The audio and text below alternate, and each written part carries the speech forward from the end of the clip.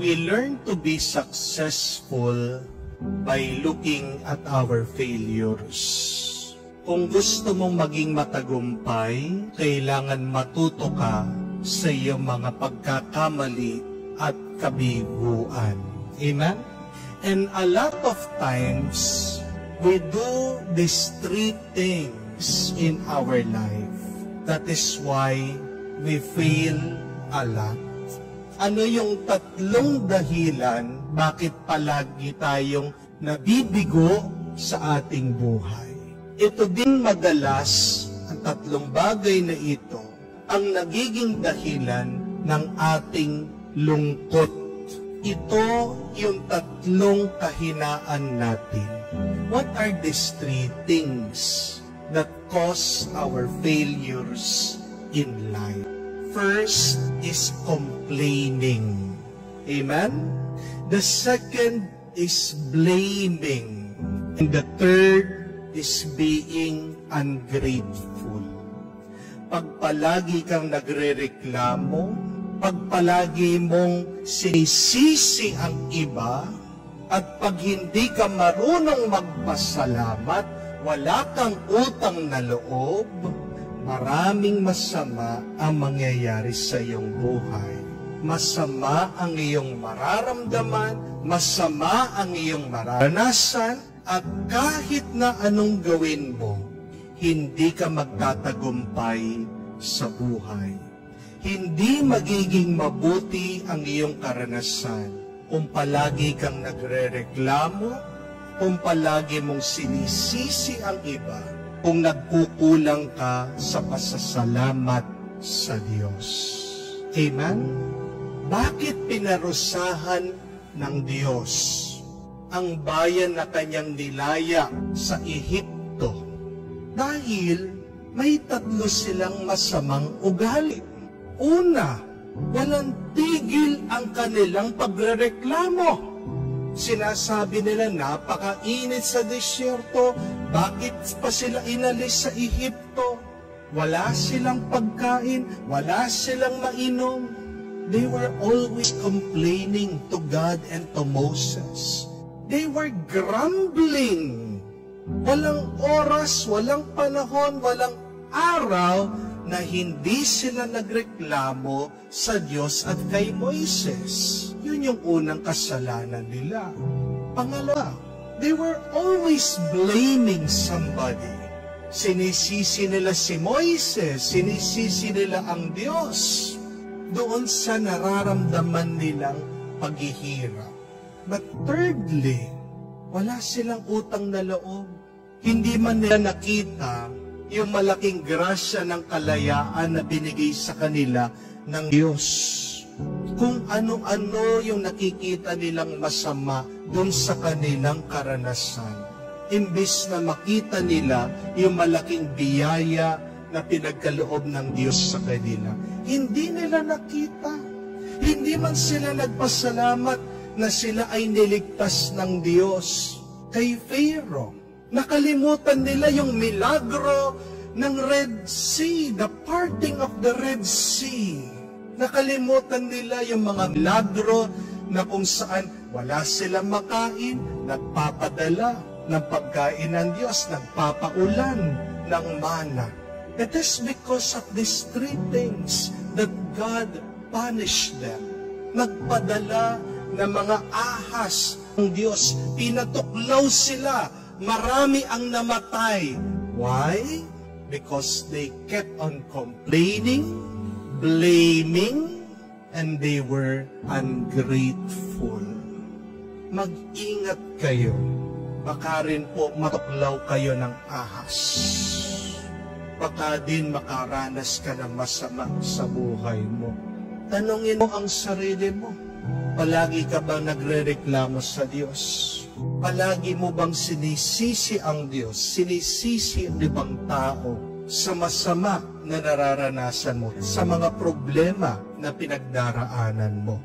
Kumustang pasasalamat mo sa Diyos? Do you recognize the grace in your life? When was the last time that you thanked the Lord? Kaya nga po, instead of complaining, Please praise the Lord. Instead of blaming, take responsibility. Instead of being ungrateful, always appreciate the things in your life. Be content. Be thankful. At pag nag-iba yung iyong ugali, pananaw, lalapit ang biyaya sa iyo. You attract blessings in your life depending on your attitude. Sabi nga po nila, a bad attitude is like a flat tire. Para daw po sumingaw na gulong, sirang gulong, ang masamang ugali. Kasi kahit na paano mo paandarin, hindi ito makakalayo. A bad attitude will take you nowhere. And many times, if you have a flat tire, a bad attitude, it may cause you your accident. It may hurt you. So that blessings should come in our life, change your attitude. Eh paano naman? Do not remove your focus on the Lord. Huwag mong aalisin ang tingin mo sa Diyos. Narinig natin nung pinatingin ng Diyos itong ahas na tanso na pinagawa niya kay Moises. Gumaling ang mga tao. This represents Jesus. Jesus' sacrifice on the Calvary, na sinasabi din na sino man ang makatingin sa Kanya ay maliligtas. Pag palagi kang nakatingin sa Panginoon, mapapasa iyo ang Diyos. At pag nasa iyo ang Diyos, nasa iyo din ang buhay. Ang buhay na ganap. Let us ask ourselves, where am I focused now in my life? Saan ba ako nakatingin? When you complain, you look at your problems. When you blame, you look at other people. When you are ungrateful, you look at things that are lacking in your life. Tandaan po natin yun. Nagdidepende ang ganda, ang sama ng iyong karanasan kung saan ka ba nakatingin. Sinabi ko na dati ito, kung saan ka nakatingin hanggang dun lang ang iyong mararating. Kung ang tingin mo sa langit, makakarating ka sa langit. Kung palaging nakatingin ka sa Diyos ang iyong mararating, ang Diyos ang iyong makakasama sa iyong buhay. Amen? Mahalaga din tingnan natin at tanungin, how do I start my day? Mahalaga din tingnan at tanungin, how do I end my day? Because your experience in life will depend on how you start it and how you end it. Nagiging maganda ang karanasan mo sa iyong buhay, depende sa kung paano mo ito inuumpisahan, kung paano mo ito tinatapos. Pagkagising mo ba, anong unang lumalabas sa iyong bibig? Anong unang iyong naiisip? Pansinin niyo po, pagkamulat pa lang ng iyong mata, nagre-reklamo ka na, buwisit na buhay ito.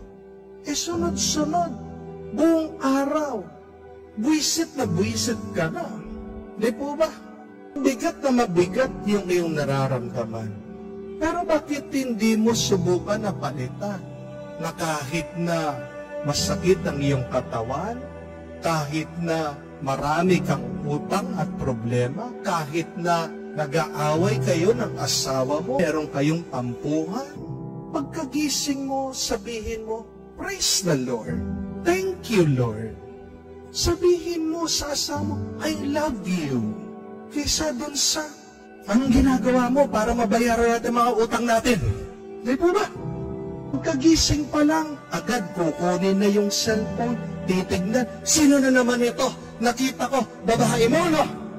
What will you expect will happen throughout the day? Will you live happily ever after? Inumpisan mo ng masama, matatapos ng masama. Amen? At kahit na sa pagtatapos ng araw, mahalaga din kung ano yung nasa isip natin, kung ano lumalabas sa ating bibig. Dahil merong carry over. Kung ano yung huling nasa isip mo, mapapaniginipan mo pa yan. At pagkagising mo sa susunod na araw, yan na naman ang nasa isip mo, yan na naman ang nasa bibig mo, yan na naman ang iyong gagawin. Di po ba? Matulog ka na nag-aalala, baka mabangungot ka pa. Matulog ka na may inis at galit ka, baka pagkagising mo, maatake ka, magkaroon ka ng heart attack. Yan. Pero subukan mo, tapusin mong araw mo, inaalay mo sa Diyos, pinapaubaya mo sa Diyos, tapusin mo ang araw mo sa isang panalangin, citing the scripture, how beautiful to end your day, saying just like the Lord, into your hands, O Father, I commend my spirit. Ano kaya ang mararanasan mo sa susunod na araw? Pagkamulat pa lang ng iyong mata, napakaganda na ang iyong mararamdaman. Amen? Let us look at our lives. Tingnan natin ang ating buhay. Ako ba'y nagrereklamo? Sino bang sinisisi ko? Nagkukulang ba ako sa pasasalamat sa Diyos? Matuto tayo yan sa masamang ugali natin. Iwasan natin ang mga yan. Hindi makakatulong yan. At araw-araw, tingnan natin, lapitan, at yakapin ang ating Panginoon. Dahil siya ang nagpupuno sa ating buhay. Siyang pinagmumulan ng lahat ng grasya. Amen.